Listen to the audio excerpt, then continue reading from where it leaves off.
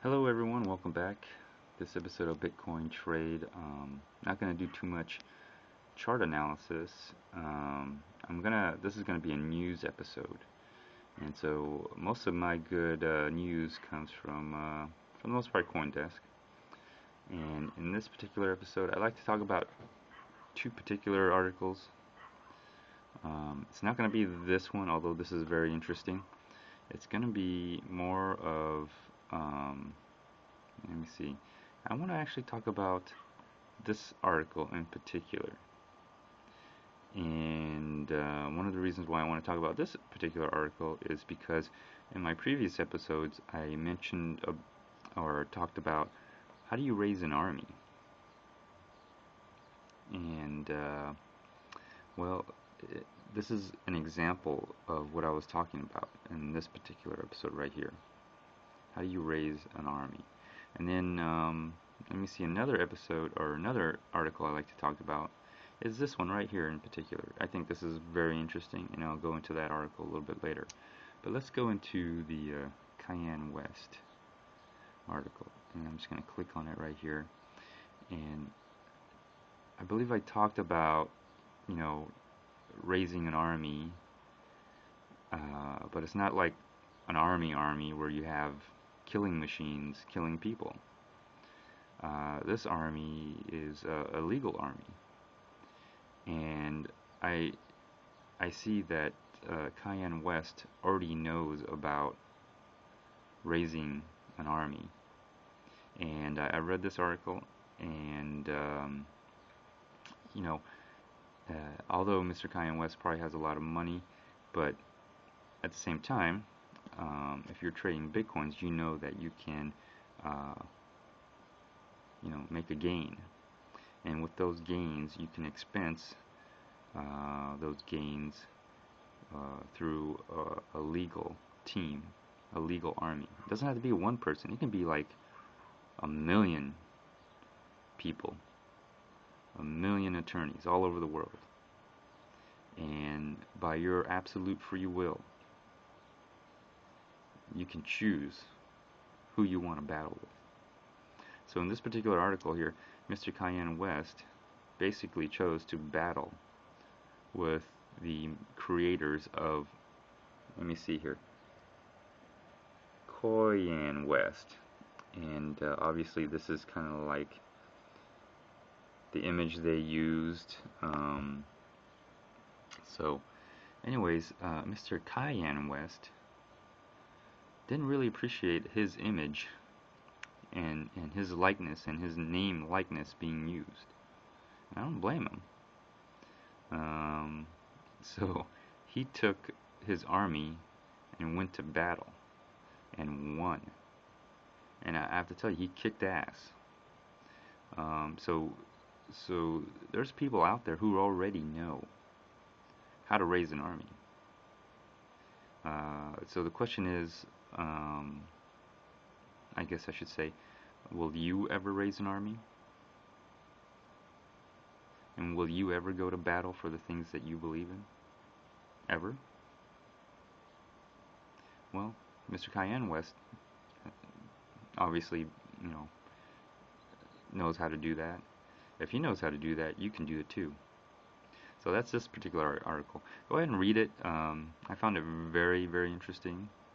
And yeah, this is how you battle in the civilized world. This is how you raise your army. The only difference, I think, some of the things that I talked about, which is different than Mr. Cayenne West, is Mr. Cayenne West, in it of himself, him, he's the financing army. He himself is a financing army. And that's where he gets his funds to pay his soldiers. Right? Mr. Cayenne West does have soldiers, and they dress up really nicely in a suit and tie, and they, with a smile, of course. But anyways, with me, it's a little different. My financing army is done a different way. It's not me in particular, but my trading activity. But anyways, this is a prime example of what I was talking about of how do you raise an army, and where's the battlefield? The battlefield's in court in a civilized world. Um, so I hope this, you know, inspires some of you to raise your own army, because yeah, you can, and you can do it, and you can bring other people down to their knees. Um, any person, any entity, any partnership, any nonprofit, any corporation, as well as I would go so far as say to as well as any being, any government body, any regulating body, any government entity, any state, even any country, even a whole nation. You can battle, but you better be prepared. And if you're gonna battle, you better know you're gonna win. So, anyways, that's for another episode. The other episode, the other article I want to talk about was this, and I find this very amusing, very funny, but very insightful at the same time. 7 dumb and visionary things people said about the internet. So let's just go down it, and you all can read the article. As a matter of fact, there's the author, there's the title, and it's here it is on CoinDesk. I do enjoy reading CoinDesk quite a bit. They seem to be well, they seem to have articles that I just enjoy reading. Okay, so let's go to the first thing here. A good old Newsweek. Yes, good old Newsweek. The internet won't change anything. The truth is no online database will replace your daily newspaper. Well, a lot about what he said, obviously, well, it came true. No one wants to use the internet for database. Well, turns out the internet's great for databasing and trolling and collecting data. So, anyways, let's just go over some of these here real quick. I haven't seen this yet, but what is the internet anyway? What do you write to it? Like mail? And you have to wonder, like, this is, when was this? 1994. 1994. Isn't that amazing? 1994. And some of these aren't really like silly. Some of these are pretty darn accurate. But this one's kind of a little silly here. Is I predict the internet will soon go spectacularly supernova, and in 1996 catastrophically collapse.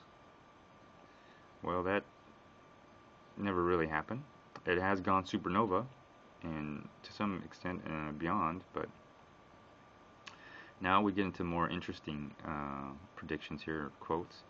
The internet, with its open, distributed structure, was designed to withstand a nuclear attack. If it can do that, it can withstand corporate America. Well, somewhat true and somewhat not true. As you can tell, corporate America has taken over the internet in a lot of ways. So, but yeah, there's something interesting. And then we get down, as we get down further, it gets more thought-provoking, in my opinion. If you can change the way you make wealth, you inevitably change the way you make war. Now, this is very profound to me, because I believe, in my opinion, that we are in a war. We're in a secret financial war. And the way we're making money now, yeah, we're in a secret war. All right, in a very, very secret war. So I think this is the most profound out of all the quotes, or one of the most profound. So let's go scroll down, and here's another one. Remember, this is all back when the internet first came out, and I see a lot of parallels to Bitcoin and cryptocurrencies and this idea of how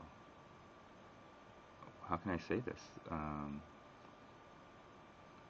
Distributive, disruptive technology, I guess. Let me see. Any future information network will help unhappy people secede, at least mentally, from institutions they do not like, much as the interstate highway system allowed the affluent to flee the cities for the suburbs and exurbs. I think that's another profound thought, and I guess this was also done back in the 1990s, and just look at history.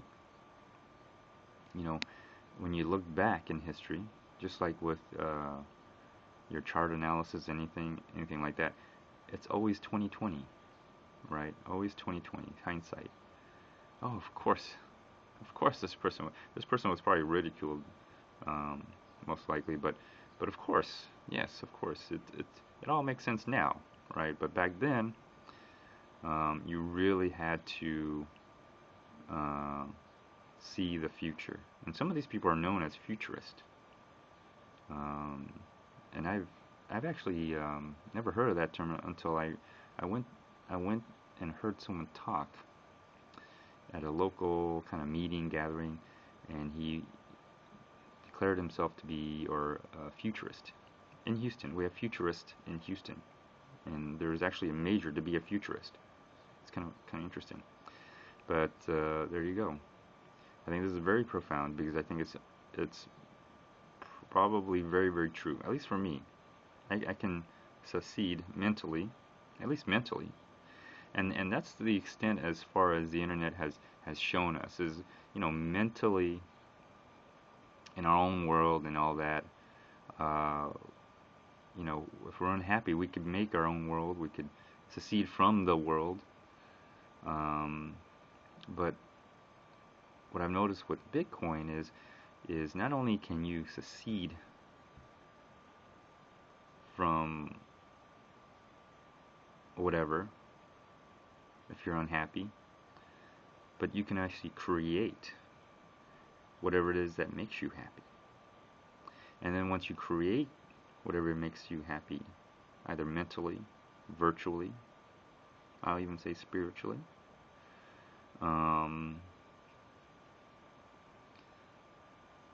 Bitcoin has shown me how to make it real. So I can truly be happy. I can become happy. So I don't have to be unhappy people. I can be unhappy people. And at first you may have to do this. You may have to secede. But that's what I think to a certain degree a lot of people have been doing. But what Bitcoin has allowed me to do is not only to do that, but also allow me to create a world in which I can be happy. And then I can do the opposite of secede. I can integrate. I can assimilate my virtual reality into this world. Resistance is futile. You must assimilate. I'm just getting crazy here. Anyways, let's scroll down. Let's see what other things. And here's one. We have to resist media imperialism, the tendency to colonize, to define new technologies in terms of old, redefined, don't repackage.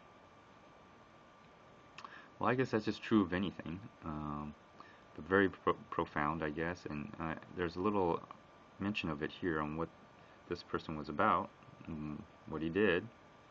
All right, there you go. In 1995, Barry Diller, who is chairman of Expedia. So there you go. I guess a great quote or great prediction. But in Bitcoin, there's a lot of things related to I'm trying to talk about specifically Bitcoin, but if you can imagine, some of the regulations that come out are treating Bitcoin like the existing infrastructure of financial systems. It's not going to work because Bitcoins are nothing like that. Nothing like that. Let's redefine, don't repackage. Very interesting. And let's see if there's any more. Oh, that's it. And so, very interesting. And you can see the past catching up to the present. And doesn't this all make sense? Hindsight 2020. There you go. Voices from the past coming to the present. So let's go to the very top one about here. And there's a little link to an article. And I actually clicked on it here. Just want to talk about it. Why the web won't be nirvana. And this is the article which this person wrote from that quote. And I read through it, and I have to say, a lot of the things that this person said that would not happen, why would people do this, and all this stuff, well, it has happened. That's the weird part about it. It has happened, and it is happening, and it will continue to even grow even further to things that we don't even know what's going to happen. And so here's the article here, and guess where it's coming from? Newsweek, right? Newsweek. And there's the article. It filed back in 1995, updated in 2010-13. This is like an update to it. You can see the age of this gentleman. Hasn't changed too much. If sometimes time does strange things to you. It really does, doesn't it? So there he is then. Man, look at all those computers he has. It's kind of funny. A guy who uses computers a lot, writes on a computer, uses it, publishes his article on a computer, would say something like this and not realize the potential of the internet at that time. And then, now look at him now. In a lot of ways, this guy hasn't really changed. I mean, he's still got the same hair. The only difference is he's wearing glasses now. Still pretty skinny. Look at that. Alright. So anyways, read this article. It's very, I think it's going to help those who are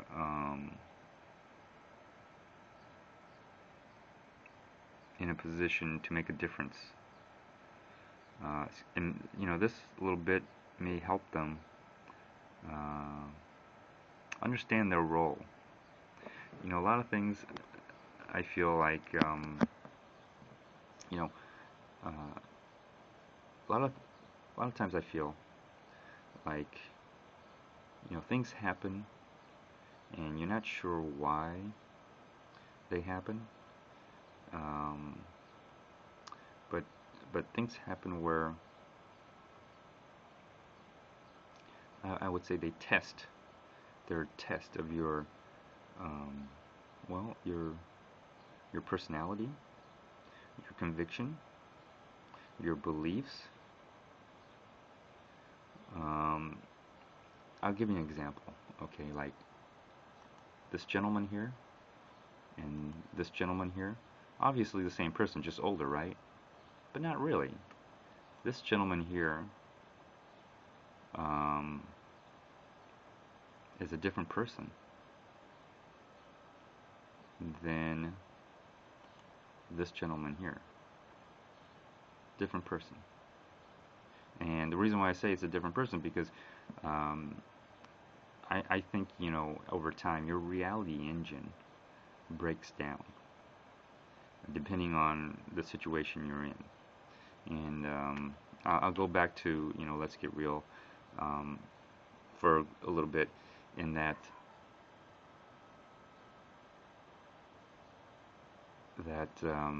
the dark side of virtual reality, the dark side. And what I mean by the dark side is not that there's like, um, you know, there's an evil force out there or an evil world in virtual reality. And then there's the opposite of the other world, which is a good world in virtual reality. Nothing like that. What I'm talking about is the dark side of virtual reality, meaning that your reality engine can break down. And how does it break down? You know, what starts the breaking process? What how does it how does your reality engine become to a point where your virtual reality and your reality start separating, start decoupling? And that's the dark side of virtual reality. And I'll give you an example here because I'm going to use this particular article. So this person at this time, if you could imagine, you know, when the internet came out, people were saying, well, paper won't be of use anymore, newspapers will go out of business, and to some extent, that's kind of what's happened. You know, most of the news I get is over the internet, and it's free. It's for free. You know, whether it's paid for or independent, even people who, you know, blog or anybody can do this. Anybody can publish themselves on the internet. So the point I'm trying to get at is, at this time, at that point in time, this person, and whether you know it or not, you know, your beliefs, your idea contribute to your reality or your perceived reality, right? And when things threaten your belief, threaten your ideas, or make your ideas meaningless, that's when your reality engine breaks down. That's when, and this is the dark side of it, is you can make a statement like this. You can really believe this, that the internet won't change anything, because your reality engine is immersed to whatever it's immersed in. But the fact that something has come along to threaten that reality, you know, you're not perceiving that threat as real. You're ignoring it. Or if you're smart, or if you do know it and you realize that your reality is breaking down, and you're trying to preserve, you know, that your virtual reality, that reality engine, right? That's starting to break down because other forces are questioning your beliefs, right? Your beliefs, your whole idea of the world around you. That's when you become disillusioned, right? You decouple from your illusion that you've set yourself up, you know. And so my point is, and I'll give you an example, and this is kind of like an example here, you know, because I'm trying to show this person, this entity, and then this person, this entity. I mean, they're the same people, you know, they're the same person, right? A little older, right? But in reality, they're not. They're two separate people. His reality engine is probably way different now than what it was back then. You know, and he probably had to adjust to some of these things, but obviously a lot of things he's mentioned here in this article, you know, baloney.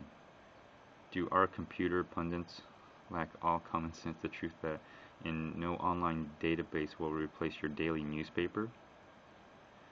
No CD-ROM can take the place of competent teacher, and no computer network will change the way government works. Well, you know,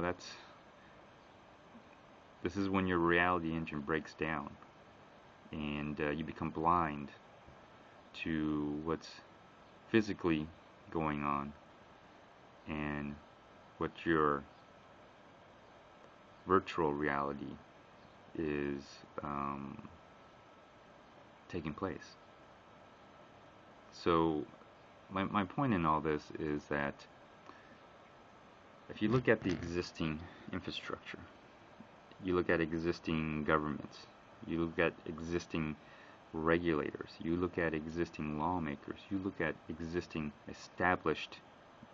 current established infrastructure, banking, finance, all this stuff, government. This is kind of what they're going through. They're going through a breakdown in their reality engine, and they will resist. They'll even attack to protect their reality engine, their virtual reality. But the difference is, their virtual reality and reality are not parallel. It's decoupling. So they're going on a virtual plane, and reality is taking a turn somewhere else. So they think they're driving on the road. They don't know they've gone over the cliff. And you have to be careful, because when you drive over the cliff and while you're falling, your virtual reality engine, because your reality and your virtual reality, like I said, I can't tell the difference. They're almost one and the same. But the problem is, if you can't, the dark side of virtual reality is that if your reality engine keeps going despite the fact of what's happening in the real world, you can do something like this. And this person really believed the internet won't change anything. And I guess this is kind of my message to the regulators, lawmakers, financial instituted financial institutions that are here now. If you don't think Bitcoin will change a damn thing, I want you to take a look at this quote. Take a look at this article. Take a look at it. And, I guess come to your own conclusions. I'm not here to destroy your virtual reality. I'm not here to impose my virtual reality onto you or anybody else. But at the same time, you gotta, let's face the facts. Let's look at this. All right, let's really take a look at it. If this requires you to rebuild your virtual reality engine, literally, or get a new reality engine, all right, and it's a shock. It's a shock. Everything you thought, you believed, everything in your world around you is collapsing. It's kind of nerve-wracking, I have to admit. But, I guess that's a process that people are going to have to go through, because what's really happening is real.